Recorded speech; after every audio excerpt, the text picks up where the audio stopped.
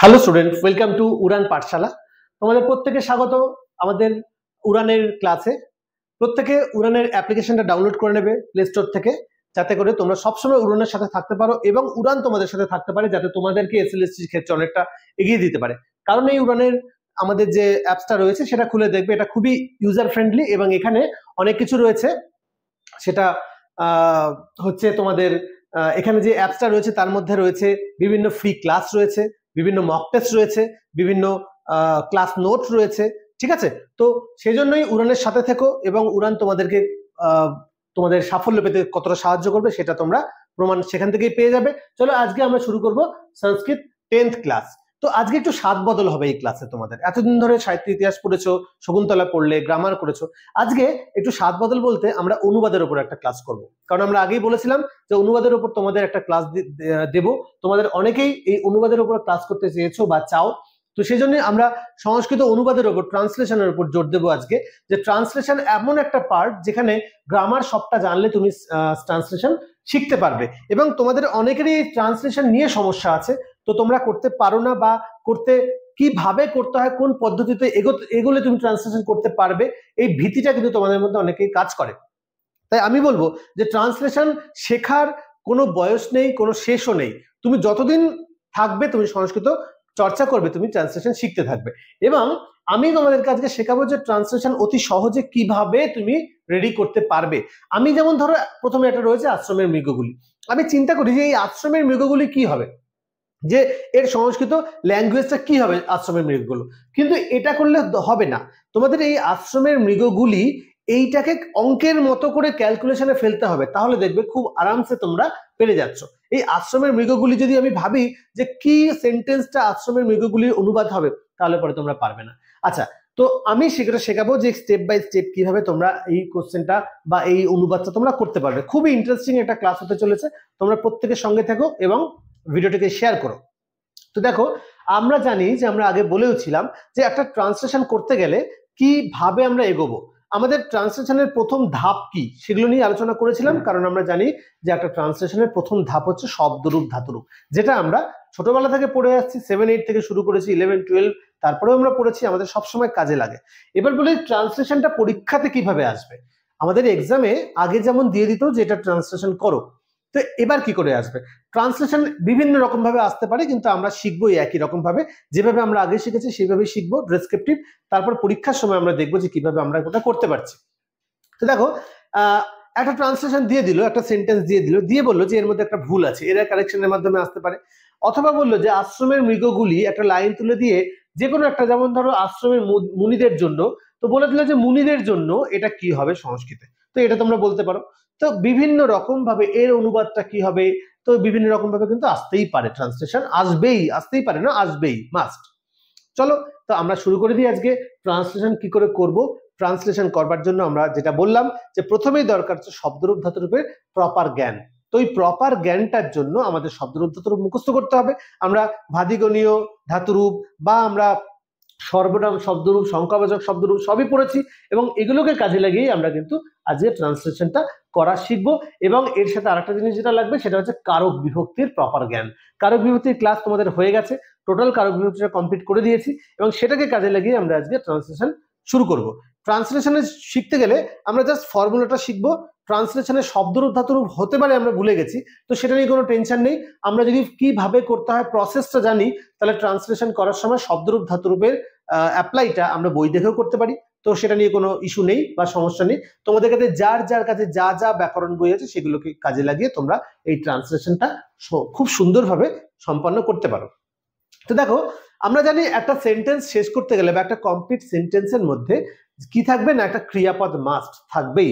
তো একটা ক্রিয়াপদ ছাড়া একটা বাক্য কমপ্লিট হতে পারে না।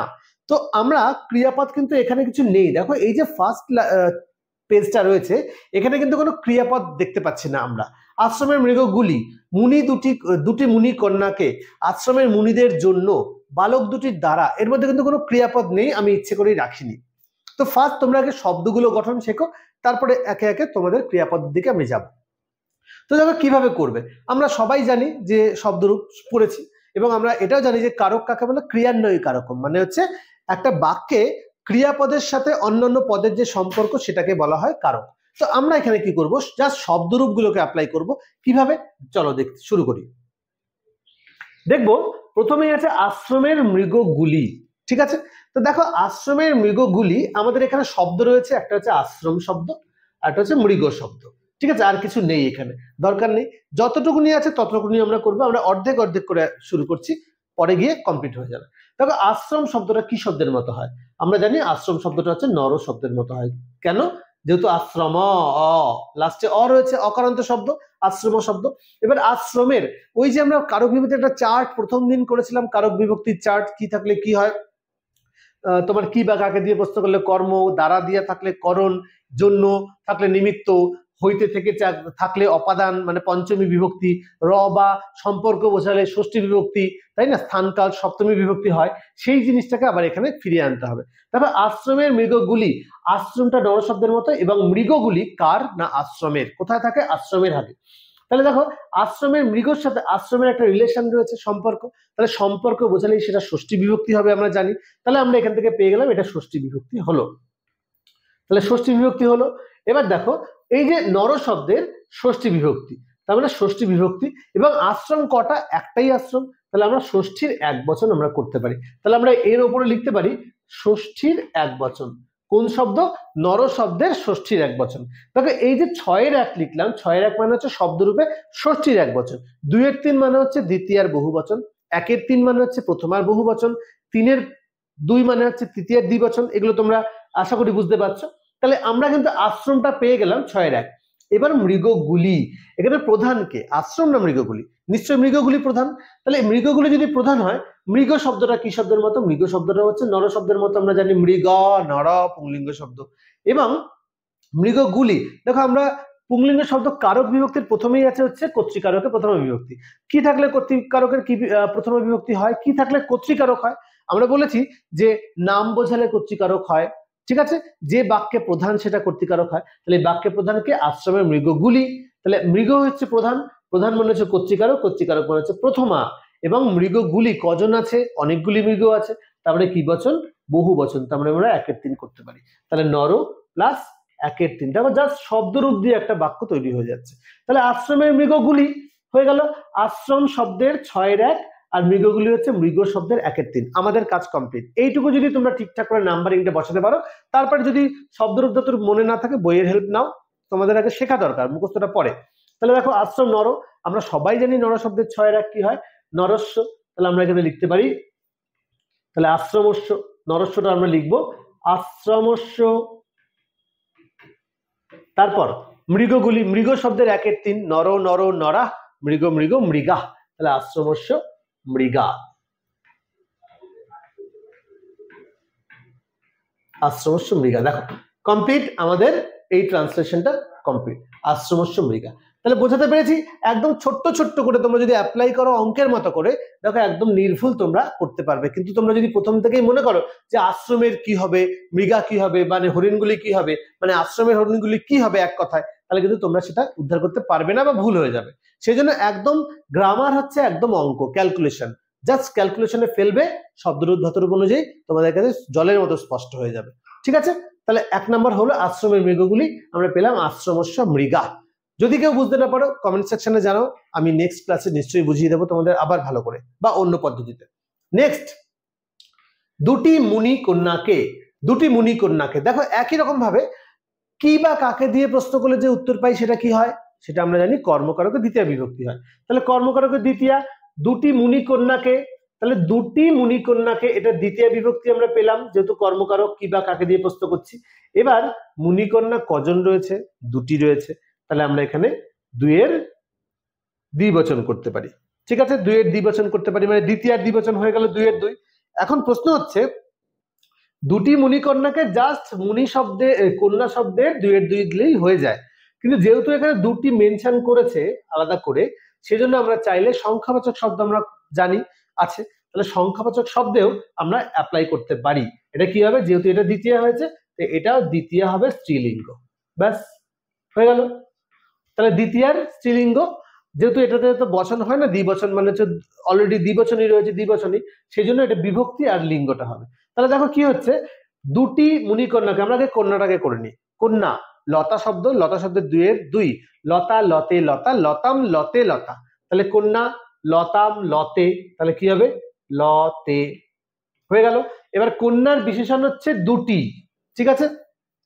আচ্ছা মুনিকন্যা আছে তাই না, তাহলে আমরা মুনিকন্যাই মুনি, আচ্ছা কন্যা দিয়েছে আমি লতা লিখে রেখেছি, দেখো যেহেতু লতা দিয়ে করছিলাম তাই লতা, এটা লতা দিয়ে না, এটা আমরা কন্যা দিয়ে করব, তাহলে কি হবে মুনিকন্যে, মুনি কন্যে, ঠিক আছে হলো। এবার এর বিশেষণটাকে আমরা ইউজ করব, মুনিকন্যে এক মাত্রায় করলাম।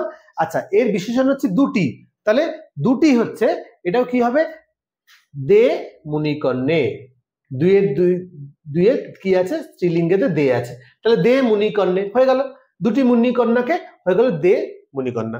দুই শব্দের বা দ্বি শব্দের স্ত্রীলিঙ্গে আছে দে, দ্বিতীয় স্ত্রীলিঙ্গে আছে দে, তাহলে দে মুনিকন্যে আমাদের অনুবাদ শেষ। নেক্সট হচ্ছে আশ্রমের মুনিদের জন্য, আশ্রমের মুনিদের জন্য, দেখো এবার একটা একটা করে আমরা অ্যাড করছি। দেখো আগে হচ্ছে মুনিদের জন্য, জন্য রয়েছে, জন্য থাকলে আমরা কি জানি, জন্য থাকলে কোন বিভক্তি হয় আমরা দেখেছি, জন্য থাকলে নিমিত্ত, নিমিত্ত মানে চতুর্থী বিভক্তি হয়, তাহলে মুনি শব্দ এখানে পেয়ে গেছি, মুনি শব্দের চতুর্থী, তাহলে মুনি শব্দের চতুর্থী। এইবার মুনিদের আছে মানে কোন বচন, কটা মুনি, অনেকগুলি, তাহলে 4 এর 3 হয়ে গেল।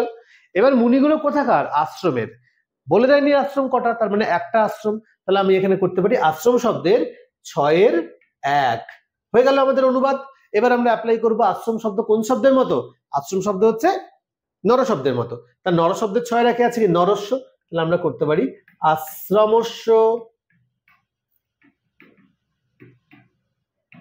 হয়ে গেল আশ্রমস্য।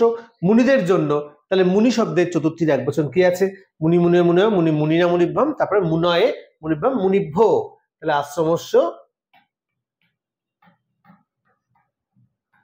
মুনিভ্য, ব্যাস হয়ে গেল আমাদের এই ট্রান্সলেশনটাও কমপ্লিট, আশ্রমস্য মুনিভ্য। বোঝা গেছে, এই পদ্ধতিতে যদি আমরা করি তাহলে কোনো ভুল হওয়ার সম্ভাবনা থাকবে না। এবার এর মধ্যে কিচ্ছু কিন্তু আমরা অ্যাপ্লাই করিনি, না কোনো প্রত্যয় আছে, জাস্ট কারক বিভক্তি আর শব্দরূপে, আমরা কোনো ধাতুরূপেও আসেনি, এর পরবর্তীতে আমরা ধাতুরূপে আসবো। আবার আছে বালক দুটির দ্বারা, আমরা কারক অনুযায়ী করাচ্ছি, বালক দুটির দ্বারা, দেখো দ্বারা দিয়া কর্তৃক থাকলে কি হয় আমরা জানি, দ্বারা দিয়া কর্তৃক থাকলে আমরা কি হয় করণ কারকে তৃতীয়া বিভক্তি হয়, তাহলে বালক দুটি, তাহলে তৃতীয় বিভক্তির কি বচন, দ্বিবচন, দুটি বালক যেহেতু রয়েছে, তাহলে বালক দুটির দ্বারা হিসেব মতো কি হয় বালক শব্দের 3 এর 2, তার মানে নর শব্দের 3 এর 2 কি আছে নর নর নরা, নরম নর নরা, নরেন নরাভ্যাম নরই, তাহলে নরাভ্যাম, তার মানে আমরা যদি এখানে লিখি বালকাভ্যাম, আমরা যদি লিখি বালকাভ্যাম তাহলেও কিন্তু উত্তর হয়ে যাবে। এবার যেহেতু বালক দুটি আছে, আমরা চাইলে এটাকে একটু অ্যাডভান্স করবার জন্য বালক দুটি, এই দুটিটাকে আমরা মেনশন করতে পারি, তাহলে আবার হবে দাভ্যাম বালকাভ্যাম, হয় বালকাভ্যাম হবে নয়তো দাভ্যাম বালকাভ্যাম। আচ্ছা তাহলে হলো দাভ্যাম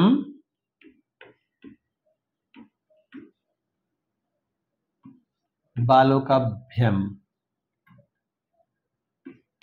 ব্যাস আমাদের এই ট্রান্সলেশনটাও কিন্তু কমপ্লিট হয়ে গেল। দেখো এর মধ্যে তোমরা কোনো যদি অসুবিধা হয়, কোথাও যদি বুঝতে অসুবিধা হয়, আমাদের সাথে প্লিজ যোগাযোগ করো, আমরা তোমাদের সেই কনফিউশন নিশ্চিতভাবে দূর করব, ঠিক আছে। চলো নেক্সট চলে আসি পেজে, তপবনের শান্ত মৃগগুলির জন্য। দেখো এইবার আস্তে আস্তে কিন্তু বড় হচ্ছে, বা এখান থেকে আমরা ক্রিয়াপদ অ্যাড করেছি নতুন করে শেখার জন্য।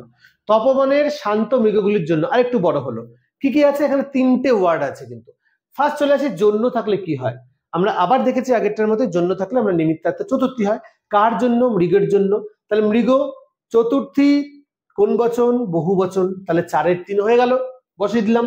এবার মৃগগুলি কেমন ছিল, শান্ত ছিল, তাহলে বিশেষণ সবসময় বিশেষ্যকে ফলো করে, শান্ত মৃগগুলির জন্য, তাহলে আমরা চাইলে শান্তটাকেও কিন্তু এরকম 4 এর 3 করতে পারি, অথবা আমরা শান্ত মৃগগুলি একসাথে করতে পারি।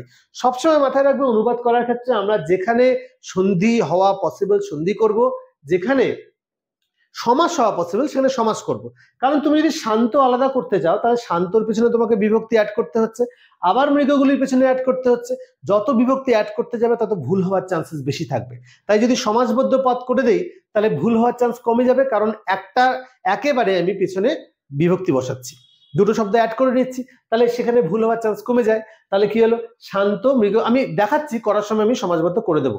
দেখো তাহলে হয়ে গেল মৃগগুলির জন্য, শান্ত মৃগগুলির জন্য হয়ে গেল। শান্ত মৃগগুলি কোথাকার ছিল? তপবনের। আমরা জানি একটাই তপবন, তাই 6-এর 1। কেন 6 হলো? সম্বন্ধ বোঝাচ্ছে। কার সাথে সম্বন্ধ? তপবনের সাথে শান্ত মৃগের সম্পর্ক। তাহলে আমরা কি করব, তপবনের শান্ত মৃগগুলির জন্য চলে যাও, আমরা অ্যাপ্লাই করবো এবার শব্দরূপে তপবন। তাহলে তপবনস্য,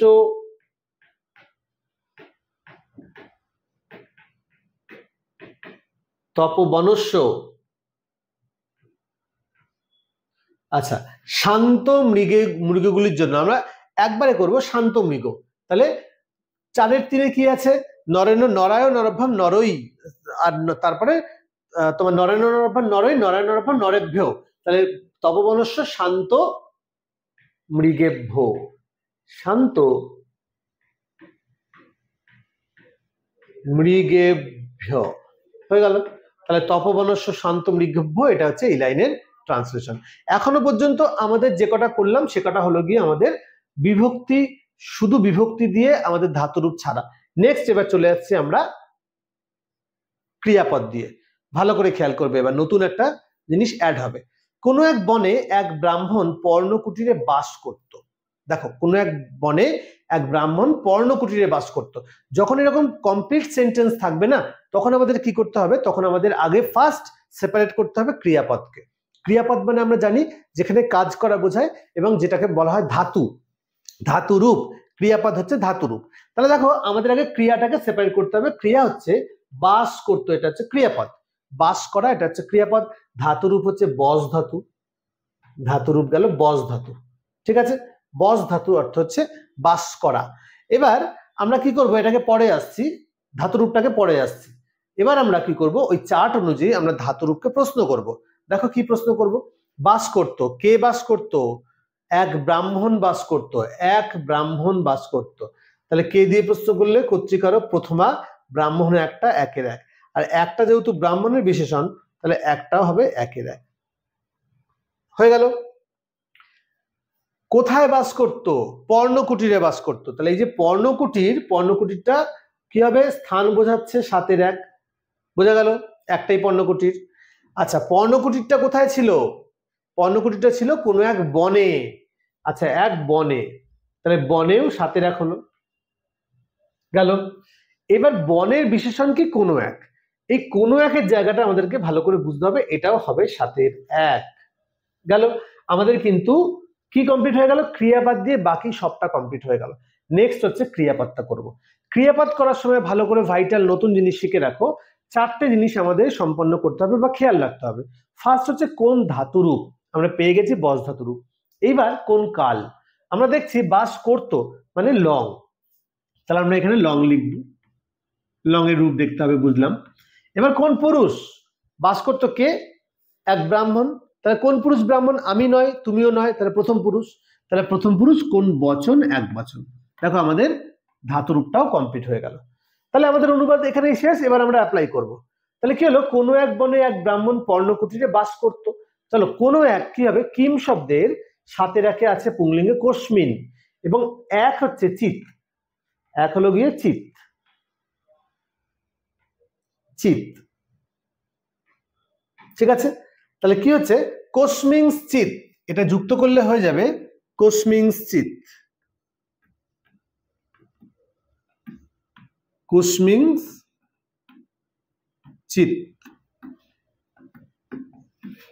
বনে, কস্মিংশ্চিত বনে এক ব্রাহ্মণ। দেখো, একহ ব্রাহ্মণ, ব্রাহ্মণ শব্দের 1-এর 1 নরহ, তাহলে একটা হচ্ছে তার বিশেষণ। তাহলে একহ ব্রাহ্মণ, একহ ব্রাহ্মণ। পর্ণকুটিরে বাস করত, পর্ণকুটিরে, পর্ণকুটিরে কুটিরে এই যে বাস করত, বসতি স্ম বা অবসত, আমরা অবসত লং এর রূপ হচ্ছে অবসত। বাই চান্স যদি তোমরা কেউ ভুলে যাও যে লং এর রূপ তো অনেক সময় মনে রাখতে পারে না, তখন আমরা কি করতে পারি দেখে নাও। তাহলে অবসত একটু বাংলা হয়ে গেল। আচ্ছা, অবসত যদি কেউ ভুলে যাও তাহলে অতীতকাল করবার একটা নিয়ম হচ্ছে বর্তমান কালের সাথে স্ম যোগ করা। তাহলে আমরা এখানে করতে পারি বর্তমান মানে বসতি স্ম, বসতি স্ম, ব্যাস হয়ে গেল বসতি স্ম। তাহলে আমাদের রূপটা কি হলো? কস্মিংশ্চিৎ বনে একো ব্রাহ্মণ পর্ণকুটিরে অবসত বা বসতি স্ম হয়ে গেল। নেক্সট দেখো ভালো করে, যেই জায়গাটা খেয়াল করতে হবে, এই যে কোনো একের জায়গাটা খেয়াল করতে হবে। এখন যেটা করলাম, এবার যেটা আপকামিং চলবে 7 নম্বরেরটা। কোনো এক ব্রাহ্মণের 2টি পুত্র ভিক্ষা করে জীবন ধারণ করত। এটা আমরা সংস্কৃতে কি করব? কোনো এক ব্রাহ্মণের 2টি পুত্র ভিক্ষা করে জীবন ধারণ করতো। দেখো সংস্কৃত এমন একটা জিনিস, আমরা পড়াশোনা করছি কিন্তু যদি 2 কলম লিখতে না পারি বা বলতে না পারি তাহলে তার মূল্য নেই। আমরা যখনই কোথাও যাব, কোনো রিলেটিভের বাড়ি যাব, বিয়ে বাড়ি যাব বা যে কোনো লোকেশনে যাব, যেই শুনবে তোমার সাবজেক্ট সংস্কৃত, তখনই ওনারা কিন্তু শুনতে চাইতে পারেন, তাই না, যে একটু সংস্কৃতে কথা বলে শোনাও। অতএব এটা আমাদেরকে জানতেই হবে, এটা আমাদের দায়িত্বের মধ্যে পড়ে, এটা আমাদের শিক্ষাগত অধিকার বলা চলে, যে সংস্কৃত নিজে যখন পড়াশোনা করছো। তাহলে দেখো, কোনো এক ব্রাহ্মণের 2টি পুত্র ভিক্ষা করে জীবন ধারণ করতো। দেখো এখানেও আবার কোনো এক আছে, আবার এখানেও কোনো এক ছিল, কোনো এক বনে কোনো এক ব্রাহ্মণের। এখানে না ম্যাক্সিমাম স্টুডেন্ট এই জায়গাটা কোনো আইডিয়াই থাকে না তাদের, সব জায়গাতেই কশ্চিৎ কশ্চিৎ কশ্চিৎ বা কস্মিংসি দিতে থাকে। তো এই জায়গাটাতে ভালো করে দেখো, কোনো এক থাকলেই সবসময় কশ্চিৎ হয় না বা কস্মিংসিত হয় না, সবগুলোর আলাদা আলাদা পদ্ধতি আছে। দেখো আমরা আবার আগে কি করব, জীবন ধারণ করত। এবার এখানে দেখো অনেক রকম ব্যাপার আছে। এই যে জীবন ধারণ করত, ধারণ করত এটা আমরা জানি না। ধারণ করা কি ধাতুরূপ জানি না, ধৃ ধাতু অ্যাকচুয়ালি, কিন্তু আমরা জানি না, একটু কঠিন ধাতু, আমরা এটা পড়িনি, জানি না। তাহলে কি আমরা এটা করতে পারবো না? নিশ্চয়ই করতে পারবো। তখন কি করব আমরা ধারণ করতে জানি না, কিন্তু আমরা করতে তো জানি। করা হচ্ছে কৃধাতু, এটুকু আমরা জানি। তাহলে কি করতো? ধারণ করতো। কি করতো? জীবন ধারণ করতো। তখন আমরা জীবন ধারণকে এক জায়গায় করবো আর করতোটাকে ক্রিয়াপদ হিসেবে ইউজ করব। ঠিক আছে, তাহলে আমরা ধরে নিই এখানে ধারণ আমি জানি না এবং করতোটা হচ্ছে ক্রিয়াপদ। চলো এবার প্রশ্ন করি, কে করতো? জীবন ধারণ যে করতো, কে করতো? দেখো 2 পুত্র করতো, 2টি পুত্র করতো, তার মানে এখানে কর্তাকে 2টি পুত্র, তার মানে কর্তা প্রথমে 1-এর 2, যেহেতু দ্বিবচন সেজন্য 1-এর 2, দ্বিবচন হলো 2টি পুত্র। এবার এটা ব্রাহ্মণ হবে। হ্যাঁ, এবার এই যে 2টি পুত্র, কার 2টি পুত্র? ব্রাহ্মণের 2টি পুত্র। তাহলে ব্রাহ্মণ সপ্তমী ষষ্ঠী সম্বন্ধ, তাহলে ষষ্ঠীর 1 বচন আমরা লিখতে পারি, ব্রাহ্মণের মাথার উপরে ষষ্ঠীর 1 বচন, যেহেতু একটাই ব্রাহ্মণ ছিল। এবার জীবন ধারণ করত, কিভাবে জীবন ধারণ করত? কিভাবে? ভিক্ষা করে, ভিক্ষার মাধ্যমে, ভিক্ষার মাধ্যমে। তাহলে দ্বারা দিয়া কর্তৃক আসছে, ভিক্ষার দ্বারা জীবনযাপন করত। তাহলে এই যে ভিক্ষার দ্বারা, এটা কি হতো? তাহলে এটা হবে যে করণ, করণের তৃতীয়া, তৃতীয়ার কি হবে না 1 বচন বা দ্বিবচনও করতে পারি। ব্রাহ্মণের 2টি পুত্র যেহেতু ভিক্ষা করে, তা ভিক্ষার একটা কাজ, আমরা এটাকে 1 বচনও রাখতে পারি। এবার ব্রাহ্মণটির বিশেষণ হচ্ছে কোনো এক, ব্রাহ্মণের বিশেষণ হচ্ছে কোনো এক, কোনো এক ব্রাহ্মণের বলেছে, তাহলে ব্রাহ্মণ যা হবে এরাও তাই হবে। তাহলে এটাও হবে 6-এর 1। দেখো এটা 7-এর 1 ছিল, এটা 6-এর 1 হলো কেন? এই কোনো একটা হচ্ছে বনের বিশেষণ ছিল, বন 7-এর 1, তাই কোনো একটা 7-এর 1। এই কোনো একটা হচ্ছে ব্রাহ্মণের বিশেষণ, ব্রাহ্মণ 6-এর 1, তাই এটা 6-এর 1। এখানে কিন্তু সব জায়গাতেই কোষ্য কুসমিন একরকম হয় না। তাহলে হয়ে গেল। এবার কি করতো? জীবন ধারণ করতো, যেটা বলছিলাম করতোটা আমরা জানি কিন্তু ধারণটা আমরা জানি না। তাহলে আমরা জীবন ধারণটাকে একমাত্রায় করে দিই। কি করতো না জীবন ধারণ করতো। তাহলে জীবন ধারণ কি দিয়ে প্রশ্ন করলে? দ্বিতীয়া, তাহলে 2-এর 1 হয়ে গেল। তাহলে এবারে দেখি এর কি করব। কোনো এক ব্রাহ্মণের 2টি পুত্র ভিক্ষা করে জীবন ধারণ করতো। কোনো এক ব্রাহ্মণের, তাহলে আমরা কি করতে পারি? কিন শব্দের 6 রেখে কস্যচিৎ, ব্রাহ্মণের 6-এর 1 ব্রাহ্মণস্য,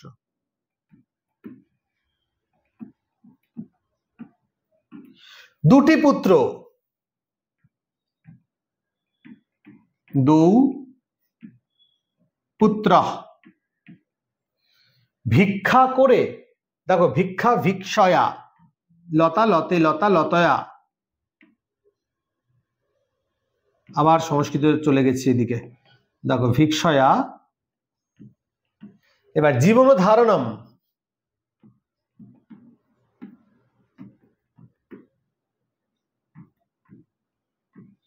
জীবন ধারণম ধারণ করতো কজন, দুটি পুত্র, তাহলে কি হবে দেখো ধারণ করতো যেহেতু মানে বর্তমান, এবার এটাকে আমরা কি করবো ক্রি প্লাস করতো অতীতকাল লং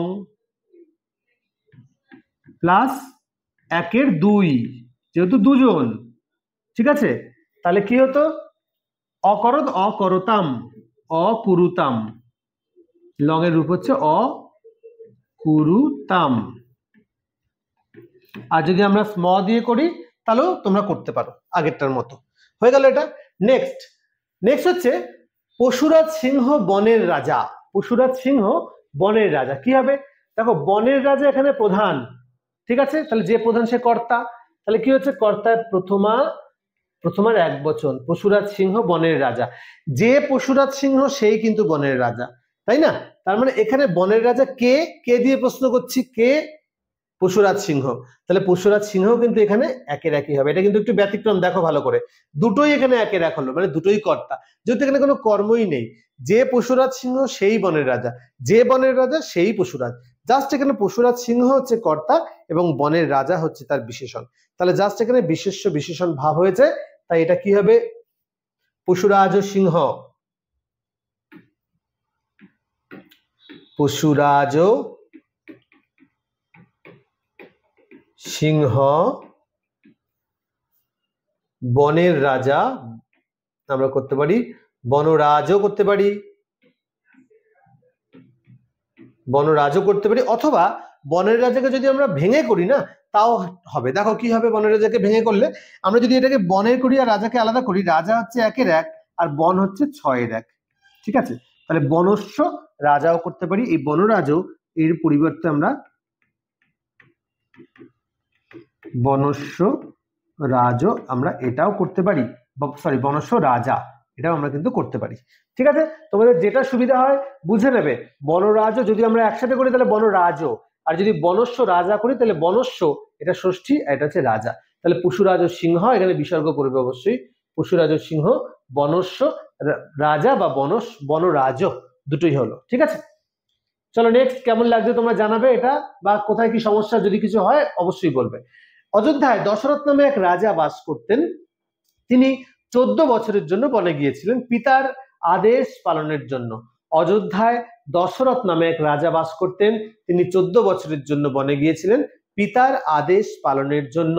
দেখো কি হবে, অনেকটা কিন্তু বড় হয়ে গেছে, তাহলে প্রশ্ন করব আমরা আগে ক্রিয়াপদ খুঁজবো। অযোধ্যায় দশরথ নামে এক রাজা বাস করতেন, এই লাইনটার হচ্ছে রাজা বাস করতেন, এটা হচ্ছে আমাদের ক্রিয়াপদ। কে বাস করতেন, দশরথ নামে এক রাজা বাস করতেন, তাই দশরথ এখানে একের এক হলো, আচ্ছা দশরথই তো রাজা ছিলেন, তাহলে এটাও একের এক হলো, এক হচ্ছে রাজার বিশেষণ, এটাও একের এক হলো।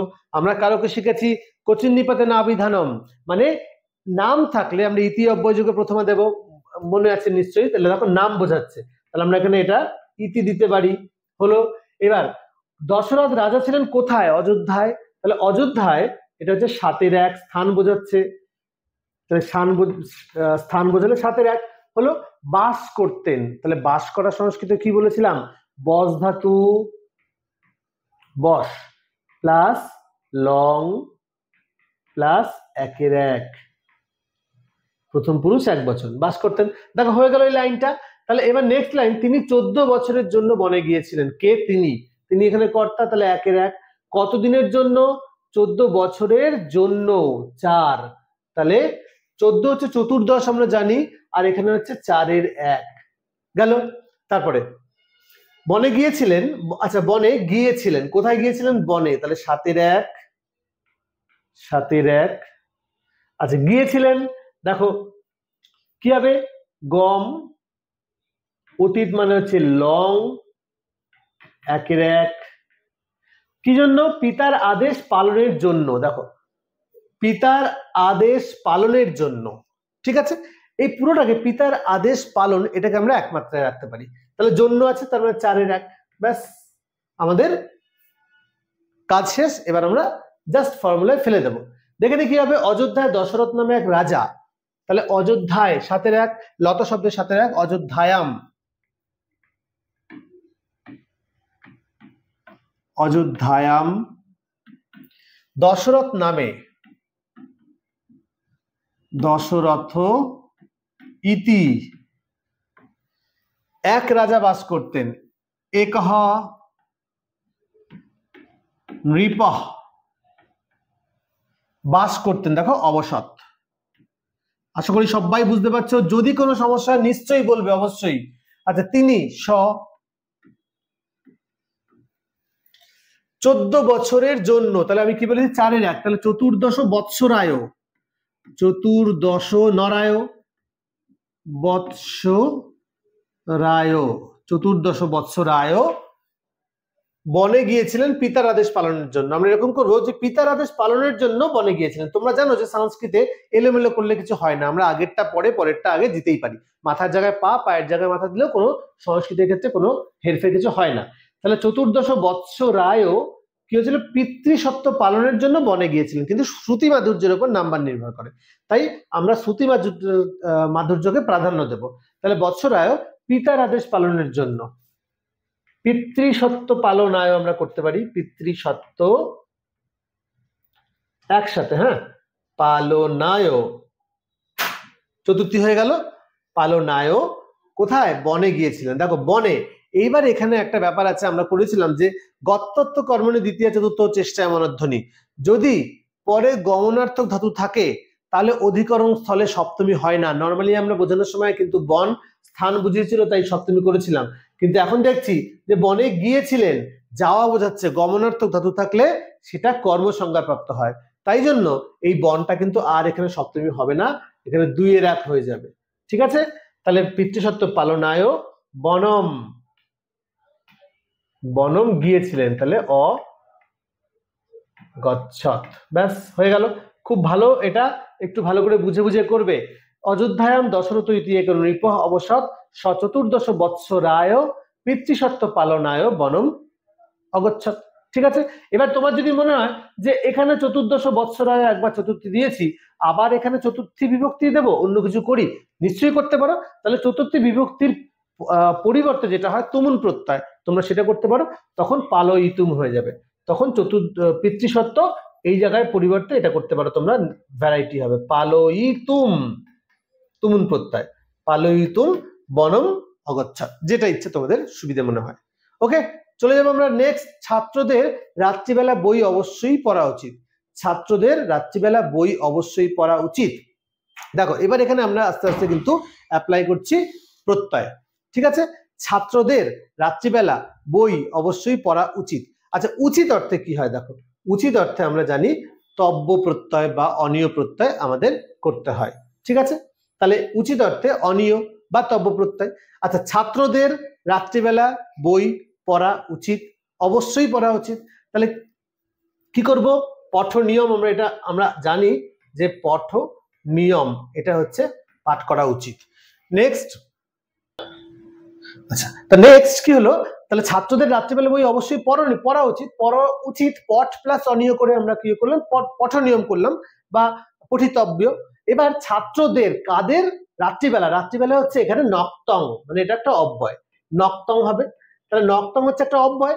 আর বই, বই হচ্ছে পুস্তক, কি পড়া উচিত, বই পড়া উচিত, তাহলে 2 এর 1 পুস্তকম, অবশ্যই এটাও একটা অব্যয়, অবশ্য মেয়েব, আমরা বলি সংস্কৃত বলে থাকি অবশ্য মেয়েব, তাহলে ছাত্রদের রাত্রিবেলা অবশ্যই পড়া উচিত বই।